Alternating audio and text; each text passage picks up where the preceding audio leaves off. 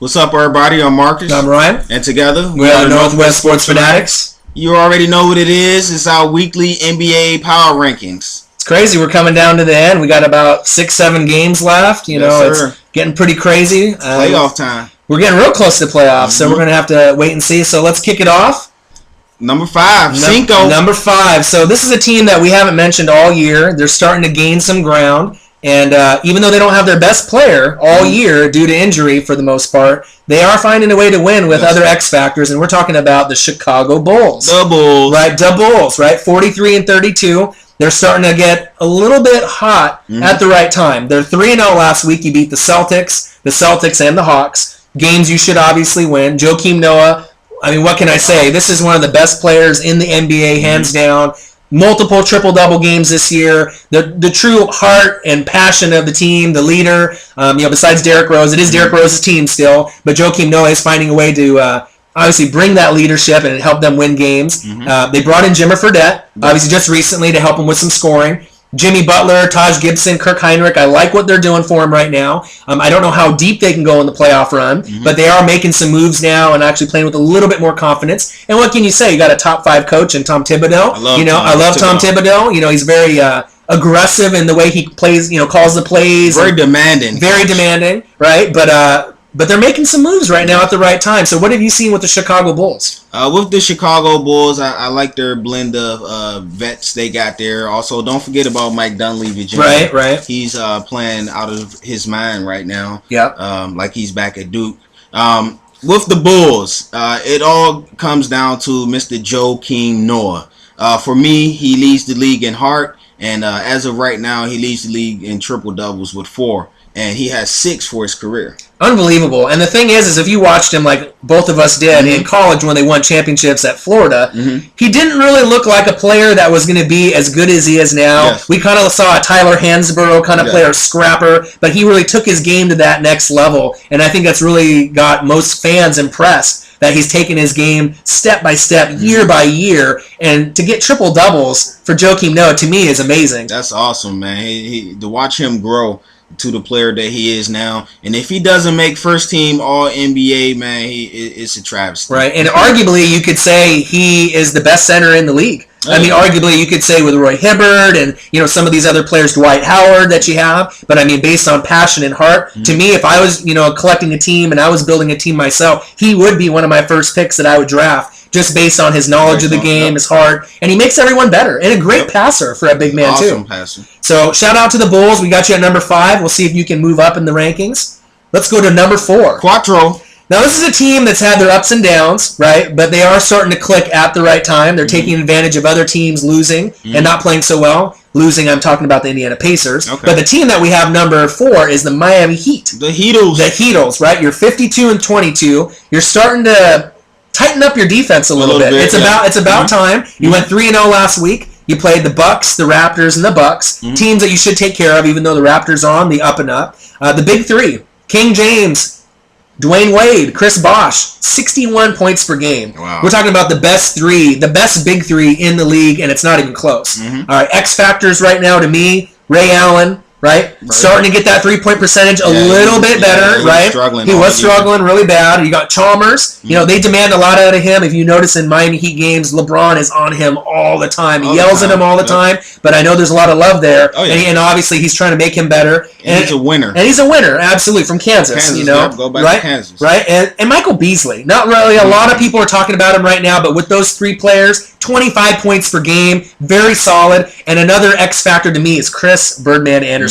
You might not like his haircut, you might not like his tattoos, but one thing you know is if he's on your team, he's going to ride or die for you. And he's going to help you with blocking shots, rebounding, and just giving him that confidence off the bench. He doesn't have to score 10 or 20 points a game. Giving him 6 rebounds, 6 points, 3 blocks, 2 blocks, that can help you obviously win a championship, even though you're not the star, quote-unquote, player. What have you seen from the Miami Heat? With the Miami Heat, one thing that you left out there is Greg Oden. Right, him too. He's back. He's not playing over 20 minutes a game, but he's still giving them productive minutes, which they're going to need when they bang down low with Roy Hibbert and the Pacers.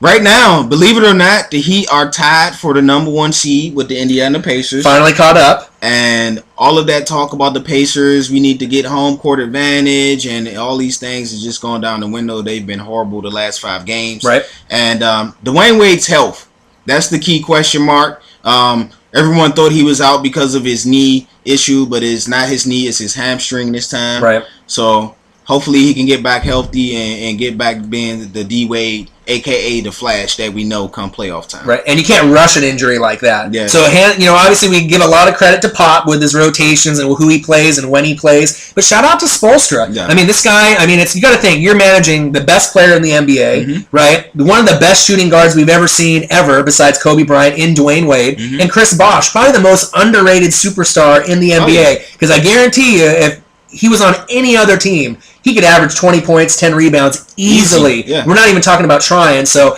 those 3 players really bring that championship swagger. And, from the way that the Pacers have been playing, I think the Heat got it in the bag. I think, obviously maybe not the championship, but to win the East, I think hands down, there's no team that's going to really challenge them in a 7-game series. I don't know what's up with the Pacers, but yeah, so we'll have to wait and see. Maybe things will click around. Maybe we'll see some Paul George, maybe make a name for himself again, or another. Maybe Lance Stevenson. Maybe someone can, create a little spark. But as of right now, we got the Miami Heat at 4, and I see them climbing and obviously making ground. So shout out to the Heat. Number 3, Trace. We're gonna have to go to a team that we really do like. Has battled some injuries this year, but is really starting to get on track.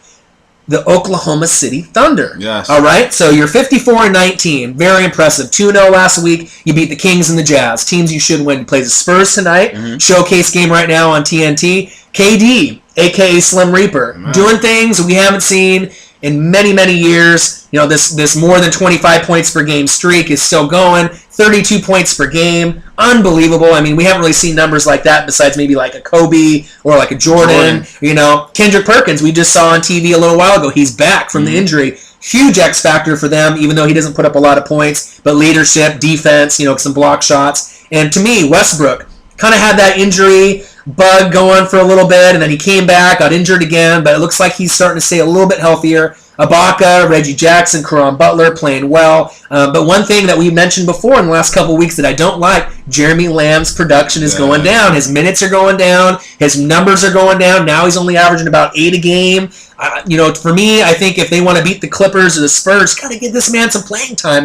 This guy could be a real key threat, not only from the three-point line, but passing the ball. His length with his wingspan, he could really make plays for them. What have you seen from the Thunder? I think with Lamb, Caron Butler kind of took his time away from him, right? Which isn't a bad thing. Caron Butler is an established veteran, and he gives them more toughness, which you need. With the Thunder, it's all about Kevin Durant.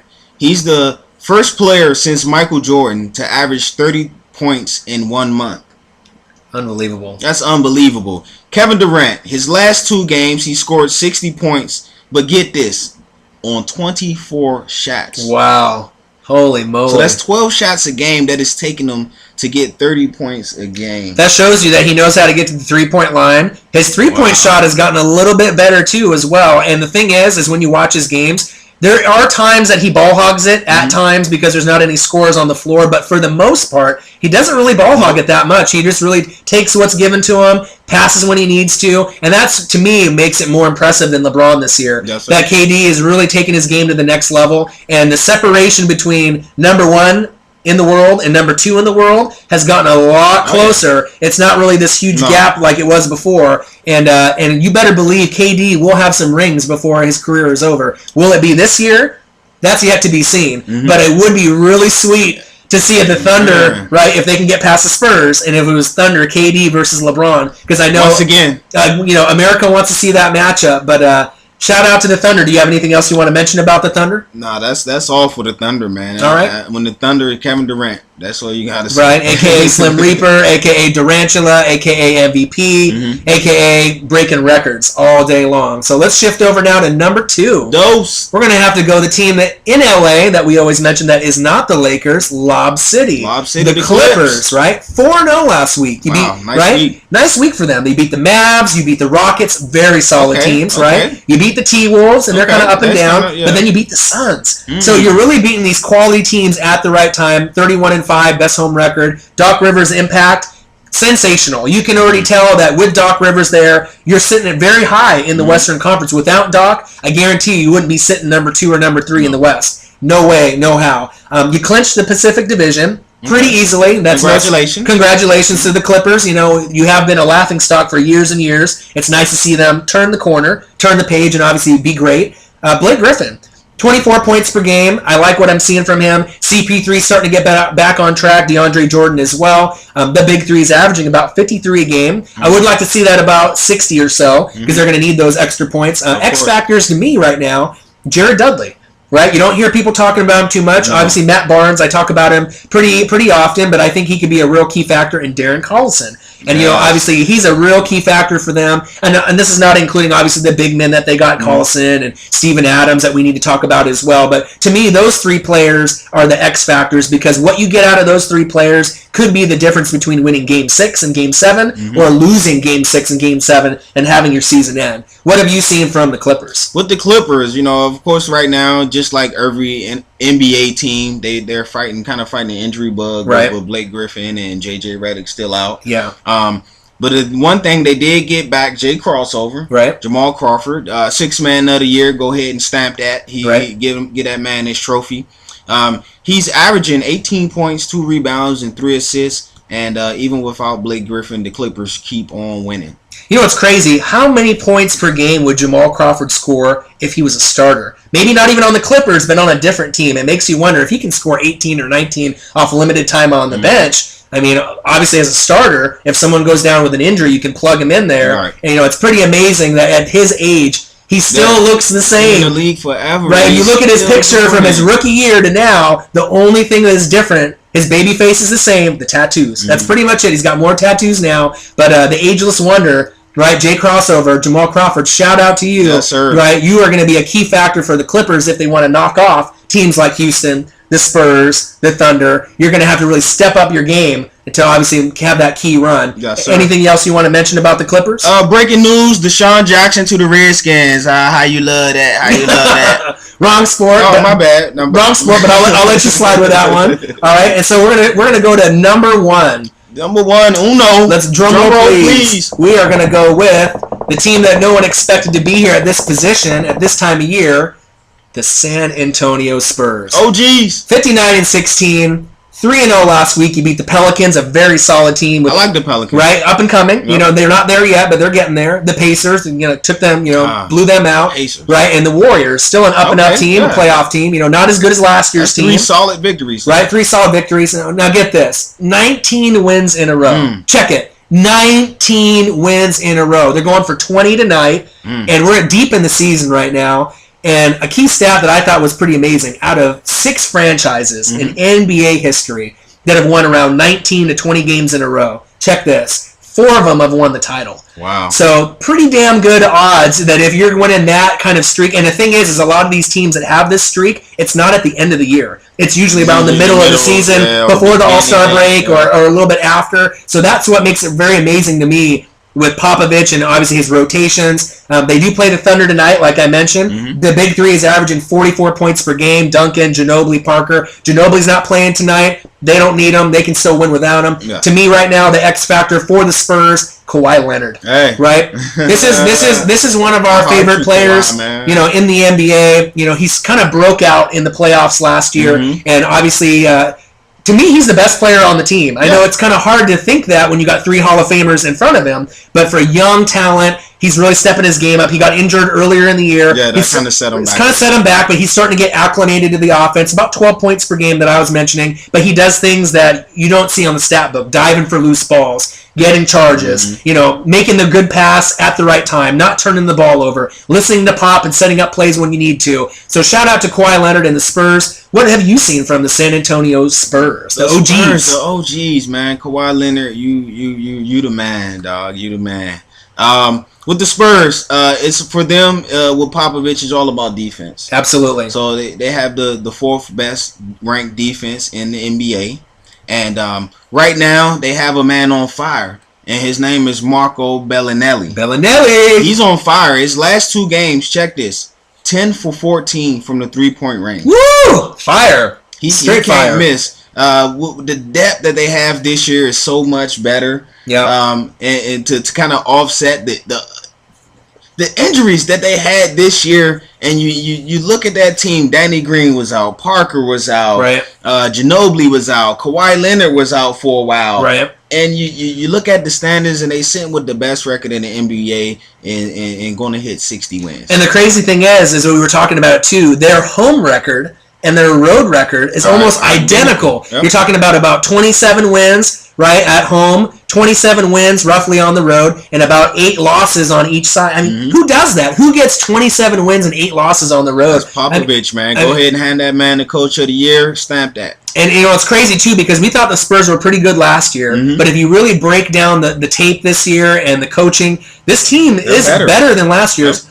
team. And like I was saying before, if somehow, some way, the Pacers make the NBA Finals, the Spurs can sweep them. They're that good this year. But if they play the Miami Heat, which I think it's kind of leaning towards that matchup, if things kind of play out like last year, you're going to have a nice little rematch of last year. It will go 7 games, and it could be anyone's game. It could be LeBron and obviously the Miami Heat three-peating, right, breaking some history, or we could see the San Antonio Spurs lift up another title. 99, right, 99, 03, 05, 07, they like to kind of take a few years in between, but it has been quite some time since they've been there, and we have to think time is running out, but is it really? I mean, we would think it would be running out, but I mean, obviously every year we say that, right? We say that Spurs is old, right? They're not going to be there, and every year they end up the top seed in the West. Yeah, and like I said, we always say every week, you got the best coach in the NBA, hands down, the Bill Belichick of the NBA, Greg Popovich. Shout out to you. Number 1 in the whole entire NBA, and I don't see them slowing down one bit. I sure don't, and they're just going to keep on rolling into the playoffs. Anything else you want to mention about the Spurs or any other players this week? Deshaun Jackson to the Redskins. That's about it, huh? That's about it. He said hashtag HTTR. That's all. Hail to the Redskins. So. Okay. One more thing. All right. My Washington Wizards, man, the first time in the playoffs since 2008. Yeah, shout out, man. That's awesome. Shout out to John Wall, man. You had a great year this year. Yeah, and shout out to the Blazers. We kind of hit a skid. They almost there. About to clinch pretty soon. Yeah, we're getting there pretty soon. We haven't been playing the greatest, basketball lately, but we are starting to slowly get back on track. And obviously with L Train, LaMarcus Aldridge coming back, huge key.